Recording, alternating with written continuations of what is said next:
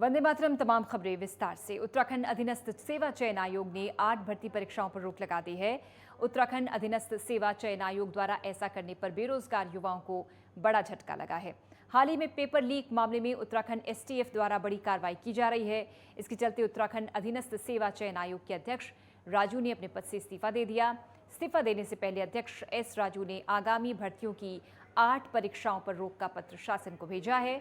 बताया जा रहा है कि इन 8 भर्ती परीक्षाओं का 3 लाख से ज्यादा युवाओं को इंतजार है। सीएम ने कहा, सबसे पहला काम सरकार का ये है कि सही समय पर भर्तियां हों। सरकार दोषियों को किसी भी कीमत पर बख्शने वाली नहीं है।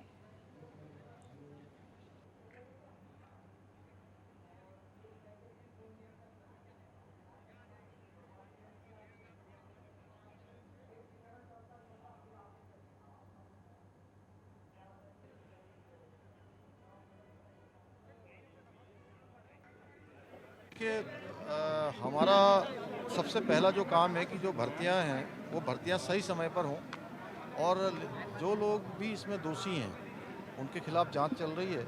वो जांच रुकने वाली नहीं है, हम कार्रवाई करेंगे। अनावश्यक रूप से कोई भी उसमें राजनीति न करे, क्योंकि राजनीति का विषय नहीं है। ये हमारे बच्चों के नौनिहालों के भविष्य से जुड़ा हुआ प्रश्न है और हम पारदर्शिता के साथ उसको करेंगे और जो दोषी होगा उसको किसी कीमत। ज्ञानेंद्र तिवारी हमारे सहयोगी जुड़ गए हैं हमारे साथ। ज्ञानेंद्र, इस समय खासी हलचल एक्शन मोड में नजर आ रहे हैं सीएम पुष्कर सिंह धामी, और आगामी भर्तियों की 8 परीक्षाओं पर रोक का पत्र शासन को भेजा है। बताया जा रहा है कि इन 8 भर्ती परीक्षाओं का 3 लाख से ज्यादा युवाओं को इंतजार है। सीएम ने कहा कि सबसे पहला काम सरकार का यही है कि सही समय पर भर्तियां हों।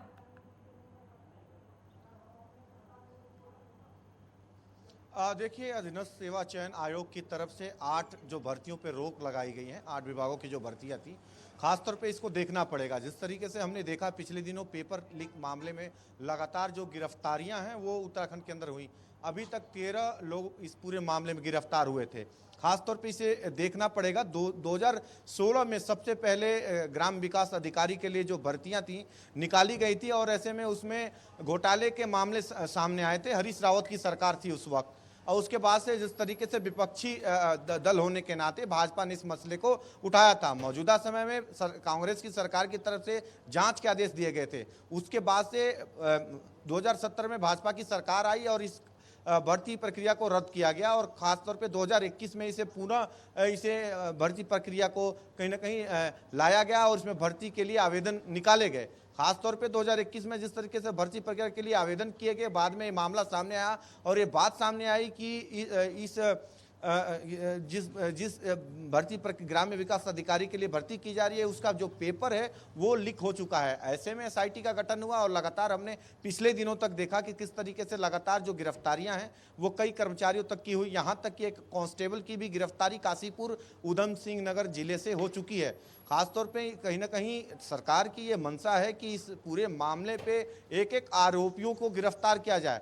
और ऐसे में जिस तरीके से मुख्यमंत्री पुष्कर सिंह धामी आज ये कहते हुए नजर आए कि इस पूरे मसले पे राजनीति न करे राजनीतिक पार्टियां, क्योंकि हमने देखा है विपक्षी पार्टियों की तरफ से किस तरीके से इस पूरे मामले को उठाया जा रहा है। खुद हरीश रावत ने कहा है कि एक बहुत बड़ा घोटाला है और इस पूरे मामले की पूरी जांच की जाए। लेकिन गौर करने वाली एक बात है कि पिछले 2016 से लेकर और लगातार जो भर्ती टाली गई, जांचें की गई और कहीं ना कहीं जिस तरीके से 2021 में पुनः इसमें भर्ती के लिए निकाला गया, उसके बाद पेपर लीक का मामला है। ऐसे में जो युवा हैं जो तैयारी कर रहे हैं, कहीं ना कहीं उनका भविष्य अधर में है। अगर हम देखें तकरीबन जो 8 अभी मौजूदा समय में जो भर्तियों पे रोक लगाई गई है, चाहे वन विभाग की भर्ती हो, पुलिस विभाग की भर्ती हो या बिजली विभाग, तमाम ऐसे विभाग हैं जिनसे संबंधित भर्तियां हैं। तकरीबन 4200 पदों पे 3 लाख से अधिक जो युवा हैं, जो आवेदक हैं जिन्होंने आवेदन किया है और ऐसे में उनका जो भविष्य है वो अधर में लटका हुआ है। सरकार की हालांकि मंशा है, धामी ये कहते हुए नजर आ रहे हैं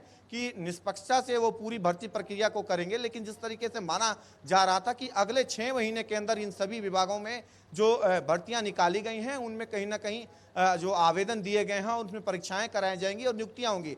लेकिन अब कहीं ना कहीं इस पूरे मामले पे सरकार का रुख क्या होगा ये देखना होगा। लेकिन धामी ये कहते हुए नजर आ रहे हैं कि इन भर्ती प्रक्रियाओं में जिस तरीके से परीक्षा जो पेपर लीक का मामला है उसमें राजनीतिकरण ना हो, विपक्षी पार्टियां राजनीति न करें।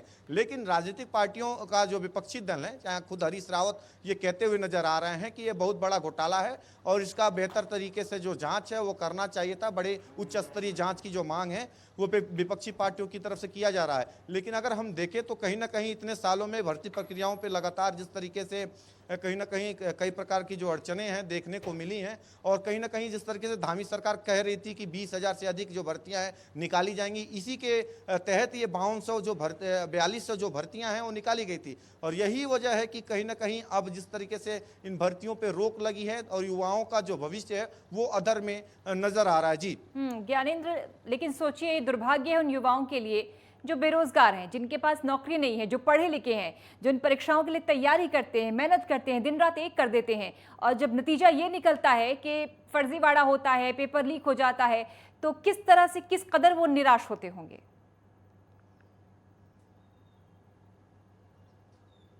बिल्कुल, अगर देखा जाए युवा कितने वर्षों की तपस्या के बाद, तैयारी के बाद परीक्षाओं के लिए तैयार होते हैं और परीक्षा देते हैं। कई बार ऐसे मामले आते हैं, केवल उत्तराखंड में ही नहीं, हमने पड़ोसी राज्य उत्तर प्रदेश और अन्य राज्यों में, बिहार तक में इस तरह के तस्वीरें देखी हैं। परीक्षाएं होने के बाद में पेपर लीक के मामले सामने आते हैं, परीक्षाएं सरकारों की तरफ से रद्द की जाती हैं और वर्षों तक ये मामला न्यायालय में चलता रहता है। ऐसे में उन विभागों में जो भर्तियां हैं कई सालों तक नहीं होती हैं। जो बच्चे तैयारी करने वाले होते हैं उनकी उम्र निकल जाती है। ऐसे में कहीं ना कहीं सरकारों पे इसे ठोस नीति के तहत कार्रवाई करनी चाहिए। और कहीं ना कहीं जिस तरीके से जो आयोग बनाए गए हैं, अगर हम देखें उत्तराखंड के अंदर जिस तरीके से अधीनस्थ सेवा चयन आयोग इन भर्ती प्रक्रियाओं की जिम्मेदारी कहीं ना कहीं करा रहा था, और ऐसे में भर्ती प्रक्रिया को लेकर जिस तरीके से कि सरकार त्वरित कार्रवाई करेगी, एक्शन करेगी, और जैसा कि सीएम दावा कर रहे हैं कि जो दोषी होगा उस पर कड़ा एक्शन होगा। शुक्रिया आपका ज्ञानेंद्र तिवारी इस खबर पर जानकारी देने के लिए। फिलहाल मुख्यमंत्री पुष्कर सिंह धामी दिल्ली के दौरे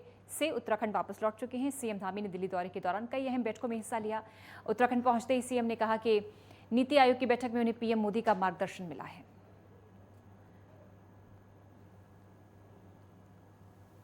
देखिए, नीति आयोग की बैठक में हमने बहुत सारे माननीय प्रधानमंत्री जी का उसमें मार्गदर्शन मिला है, और उनके नेतृत्व में, उनके निर्देशन में, जहां उत्तराखंड के अंदर उनके प्रधानमंत्री बनने के बाद बहुत सारे काम स्वास्थ्य के क्षेत्र में, सड़कों के क्षेत्र में, इसके साथ साथ चिकित्सा के क्षेत्र में, हवाई कनेक्टिविटी के क्षेत्र में, रेल सेवा के क्षेत्र में, हर क्षेत्र में तेज़ी से काम हुआ है।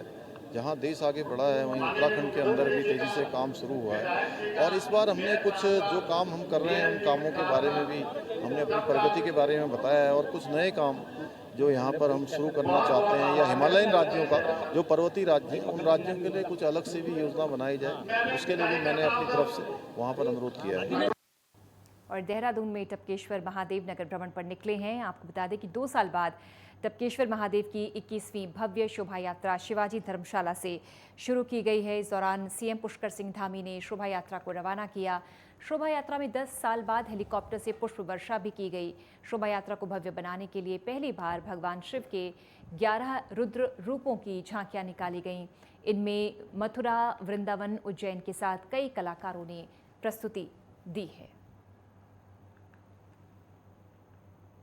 साक्षात महादेव है यहाँ पर, और पवित्र श्रावण मास भी है। श्रावण मास में यहाँ पर विशाल भक्तगणों का जो संगम है यहाँ पर हो रहा है। ये हमारे लिए बहुत ही, मैं कहूँ कि शुभ है यहाँ पर। और जहाँ अभी हमारे यहाँ पर विशाल कांवड़ यात्रा, जिसमें करोड़ों लोगों ने भाग लिया है, और अब ये टपकेश्वर महादेव की यात्रा हो रही है, इसमें भी हजारों लोग प्रतिभाग करेंगे। सभी को भगवान की कृपा हो, सभी की भगवान मनोकामना पूर्ण करें, और टपकेश्वर महादेव हमारे साक्षात यहाँ पर महादेव के रूप में विराजमान हैं। उत्तराखंड के जोशीमठ में केंद्रीय संस्कृति पर्यटन मंत्री किशन रेड्डी बद्रीनाथ धाम पहुंचे। उन्होंने भगवान श्री बद्रीविशाल के दर्शन किए। समिति के उपाध्यक्ष किशोर पवार ने उनका स्वागत किया। आपको बता दें कि केंद्रीय मंत्री अपने परिवार के साथ हेलीकॉप्टर से सिविल हेलीपैड बद्रीधाम पहुंचे।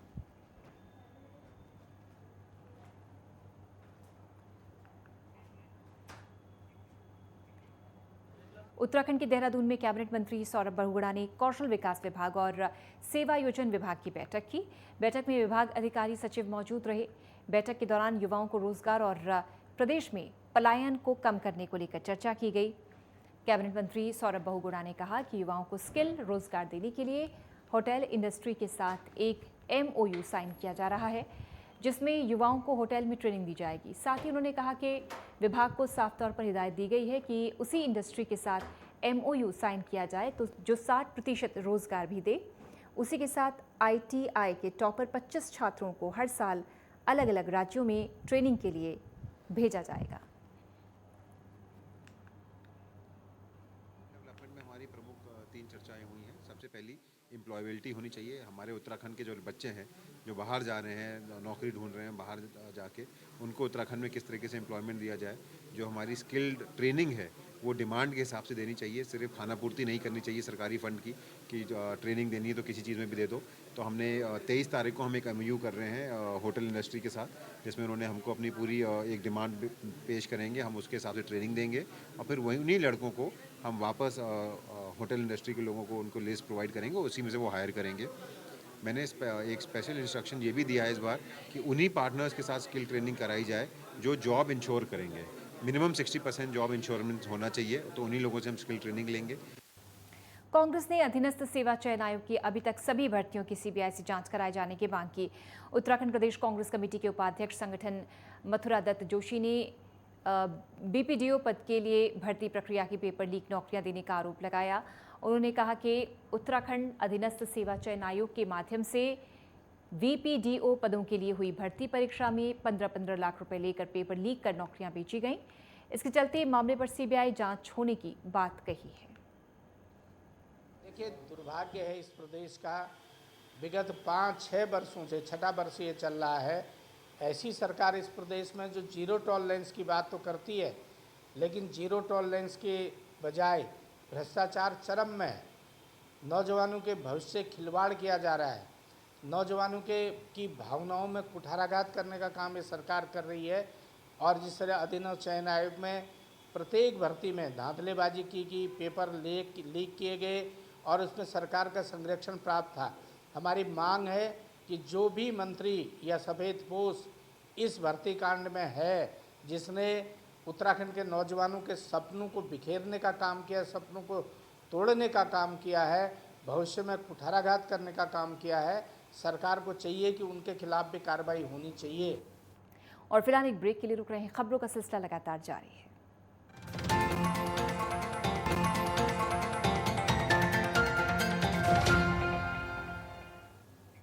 और अब खबर देहरादून से, जहां पर कैबिनेट मंत्री सौरभ बहुगुणा ने गन्ना विकास विभाग की बैठक की और बैठक में विभाग अधिकारी और सचिव भी मौजूद रहे।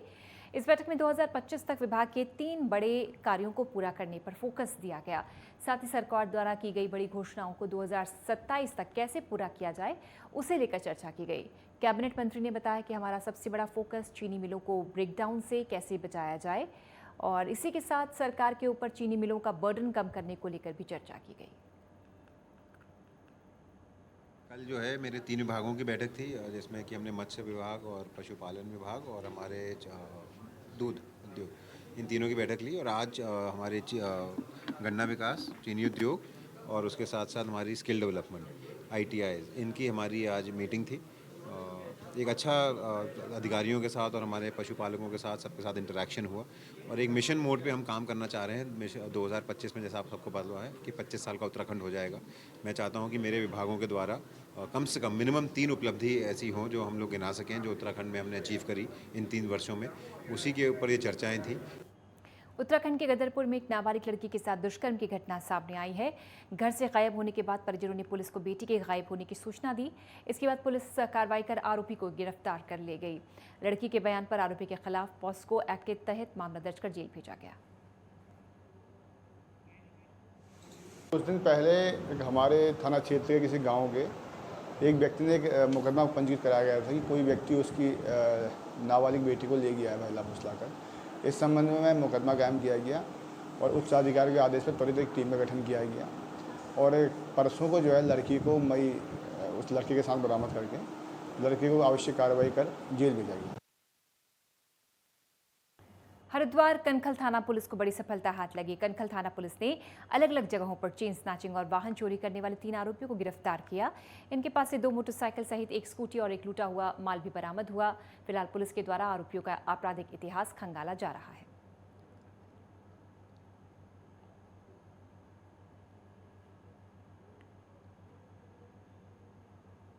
ले जाओ, हो गया काम।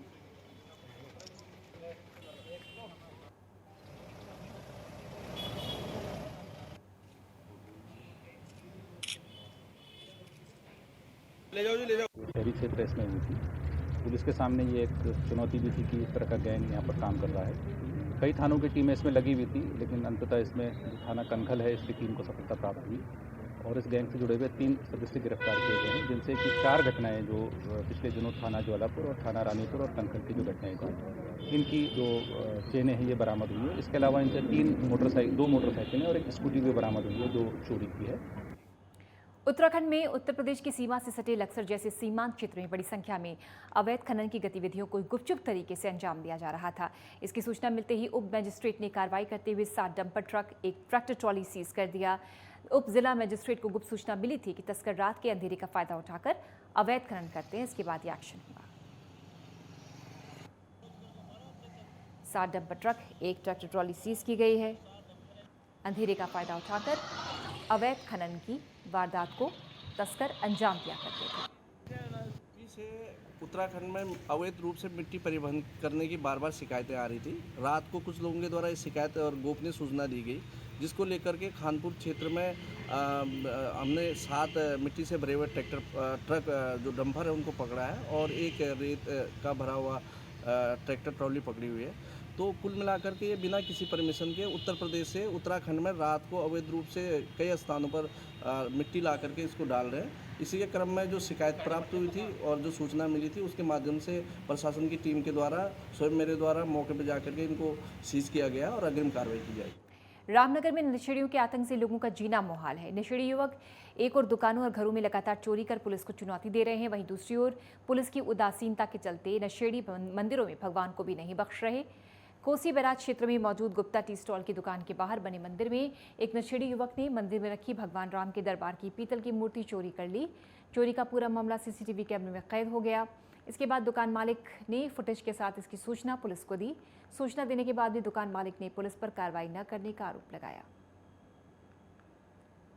कोसी बैराज रामनगर दुकान है कैंटीन चाय की। मेरे बगल में एक पेड़ के नीचे स्थापित मूर्ति करा रखी थी हनुमान जी की। उसके बगल में क्या कहते हैं राम जी का दरबार था पीतल का, जो नशेड़ी चोर के द्वारा चुराया गया। उसकी फुटेज हमारे कैमरे में भी आ गई है और वो हमने थाने में भी दी है रिपोर्ट उसकी। उत्तराखंड के बाजपुर में पहाड़पुर में घास काटने गई महिला पर तेंदुए के शावक ने हमला कर दिया। अपने बचाव में महिला ने दराती से तेंदुए के शावक पर हमला किया और भाग गई, किसी तरह से जान बचाई। इसके बाद महिला सड़क किनारे बेहोश होकर गिर पड़ी। महिला को मौके से गुजर रहे लोगों ने घर पहुंचाया। तेंदुए के शावक की खबर से लोगों में दहशत है। काटते समय मेरे पीछे से एकदम से उसने पीछे से वार करा मेरे आने के बाद। अब मैं जैसे घास काटते काटते जैसे जब उसने वार करा पीछे से तो मैं उठ गई और आगे को भागी। दांत मेरे हाथ में था।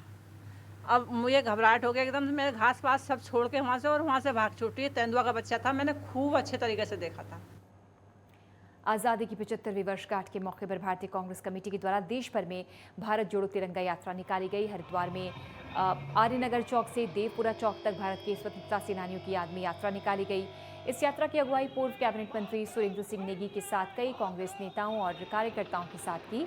पूर्व कैबिनेट मंत्री सुरेंद्र सिंह नेगी ने कहा कि महात्मा गांधी और जवाहरलाल नेहरू ने इस देश की आज़ादी में नींव रखी थी। इसके फलस्वरूप लाखों स्वतंत्रता सेनानियों के बलिदान से हमें आज़ादी मिली है। इसी के साथ कहा कि सभी राजनीतिक पार्टियों को राजनीति भूलकर आज़ादी के 75वें स्वतंत्रता दिवस को बड़ी धूमधाम के साथ मनाना चाहिए। आज़ादी के 75 साल उन तमाम लोगों को याद करने का भी है जिन्होंने अपनी आहुति दी, जिन्होंने अपना संघर्ष किया इसमें महात्मा गांधी जी, पंडित नेहरू जी, इन तमाम लोगों के प्रयासों से ही ये देश आज़ाद हुआ है। बुनियाद वहाँ से पड़ी है, उनको भी हम सत सत नमन करते हैं। और बहुत सारे लोग जो कि आज 75 वर्ष पूरे हो रहे हैं, सभी देशवासियों को, सभी पार्टियों को इसमें हिस्सा लेना चाहिए। आज़ादी की 75वीं वर्षगांठ पर 15 अगस्त को खास बनाने के लिए 13 से 15 अगस्त के बीच हर घर तिरंगा अभियान चलाया जा रहा है। इसके तहत उत्तराखंड में 20 लाख घरों में तिरंगा फहराने का राज्य सरकार ने लक्ष्य रखा है। इसके चलते मसूरी में भाजपा के राष्ट्रीय उपाध्यक्ष और उत्तराखंड की सह प्रभारी रेखा वर्मा द्वारा मसूरी में हर घर तिरंगा यात्रा की शुरुआत की गई। ये यात्रा बीजेपी के कार्यकर्ताओं ने मसूरी भाजपा मंडल अध्यक्ष मोहन पेटवा की अगुवाई में बड़े मोड़ से की। इस दौरान सभी ने हाथों में तिरंगा लहराते हुए यात्रा की शुरुआत की। देखिए, हमारे 15 अगस्त के उपलक्ष्य में हम लोग घर घर जाके लोगों को जागरूक कर रहे हैं और हर घर में तिरंगा झंडा फहराया जाए, ऐसा एक हम सब लोग मंडल स्तर पर प्रचार प्रसार। हम सभी लोग जो भारतीय जनता पार्टी के कार्यकर्ता हैं, बूथ तक, मंडल से लेकर बूथ तक हम लोग जाएंगे और एक यात्रा निकालेंगे और उसके माध्यम से हम सब लोगों को जागरूक करेंगे। 15 अगस्त को सभी लोग अपने घर पे झंडा फहराएंगे। हमारे राष्ट्रीय उपाध्यक्ष श्रीमती रेखा वर्मा जी द्वारा यहाँ पर शुभारंभ किया गया है, वो उत्तराखंड की से प्रभारी भी है और निश्चित ही जो 12 तारीख को एक शोभा यात्रा निकाली जाएगी, उसमें मंडल जो है इसको भव्य रूप से इसको जो है शोभा यात्रा निकाली जाएगी, जिससे कि लोगों को जागरूक किया जाएगा, ताकि 13 से जो 15 जो हर घर झंडा और हमेशा झंडा की जो स्लोगन है, उसके तहत जो है हर घर तक जो है झंडे पहुँचाने की व्यवस्था की जाएगी और हर घर पर झंडा लगेगा। ये सुनिश्चित पूरा मंडल और पूरे बूथ स्तर तक इस कार्यक्रम को होना है और मैं मानता हूँ कि हर व्यक्ति में देश के प्रति जो प्यार है वो निश्चित ही हर घर पर जो है झंडा लगेगा और निश्चित ही जो हमारे जो भाव है देश के लिए वो बढ़ेगा। एक ओर जहां अमृत महोत्सव को लेकर बीजेपी हर घर तिरंगा यात्रा निकाल रही है, वहीं दूसरी ओर कांग्रेस ने भी तिरंगा यात्रा निकालने की कवायद शुरू कर दी है। इस फेरिस में कांग्रेस ने देहरादून में तिरंगा यात्रा निकाली। यात्रा 70 किलोमीटर तक चलेगी। आपको बता दें कि प्रदेश के उपाध्यक्ष मथुरा दत्त जोशी ने बताया कि 15 अगस्त तक ये यात्रा चलेगी और हर दिन इस यात्रा को 10 से 15 किलोमीटर तक हर विधानसभा से निकाला जाएगा।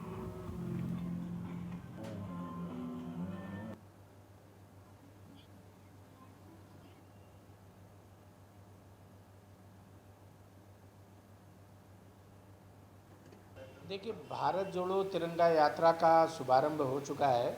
आज माननीय अध्यक्ष जी ने रुद्रप्रयाग जनपद के प्रॉपर रुद्रप्रयाग में गुलाब राय मैदान से इसकी शुरुआत की है और गणेश गोदियाल जी ने ऋषिकेश में त्रिवेणी घाट से शुरू की है। हरीश रावत जी ने हरिद्वार ग्रामीण में इसकी शुरुआत की है। नवप्रभात जी ने विकास नगर के तिलक हॉल से इसकी शुरुआत की है और गोविंद सिंह कुंजवाल जी ने जयंती में जो हमारा शहीद स्मारक है वहाँ से इस यात्रा का प्रारंभ किया है। आज़ादी के अमृत उत्सव के तहत गोपेश्वर महाविद्यालय में हर घर तिरंगा अभियान मनाया गया। भारत छोड़ो आंदोलन की वर्षगांठ पर छात्रों ने महाविद्यालय प्रांगण से हल्दापानी तक तिरंगा रैली निकाली। इसमें छात्रों ने देशभक्ति गीतों के माध्यम से आम जनता को अपने घरों में झंडा लगाने के लिए जागरूक किया।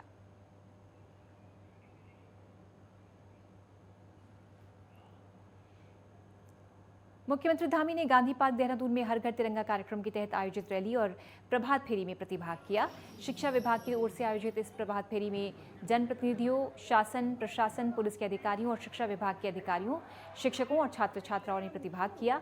मुख्यमंत्री ने कहा कि देश में आज़ादी के अमृत महोत्सव के तहत अनेक कार्यक्रमों का आयोजन किया जा रहा है। देश की आज़ादी के लिए अपने प्राणों का बलिदान देने वाले क्रांतिकारियों का स्मरण पूरा देश कर रहा है। उन्होंने सभी प्रदेशवासियों से कहा कि 13 से 15 अगस्त तक हर घर तिरंगा अभियान के तहत सभी अपने घरों में तिरंगा लगाएं। साथ ही मुख्यमंत्री ने कहा कि भारत की स्वतंत्रता के लिए अपना अहम योगदान देने वाले हमारे क्रांतिवीरों और स्वतंत्रता सेनानियों की वीरगाथाएं हमारी युवा पीढ़ी हमेशा देती रहेगी।